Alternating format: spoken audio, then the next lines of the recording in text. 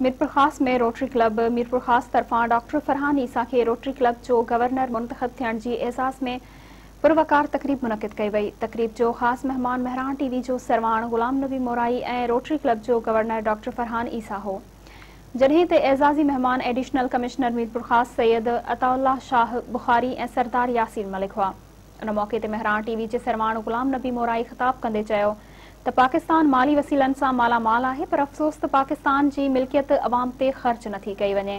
हुन चयो त जमहूरी दौर में बि सिंध जी अवाम सां बेसाहघाती थी रही आहे। सिंध जी तालीम सेहत समेत मुख़्तलिफ़ इदारा तबाह हालत में आहिनि। उन मौक़े ते रोटरी क्लब जे गवर्नर डॉक्टर फरहान ईसा अब्दुल्लाह चयो त असां मुल्क पाकिस्तान जी सलामती ऐं बालादस्ती चाहियूं था। पाकिस्तान जी तरक्की सां असांजे अवाम जी ख़ुशहाली आहे।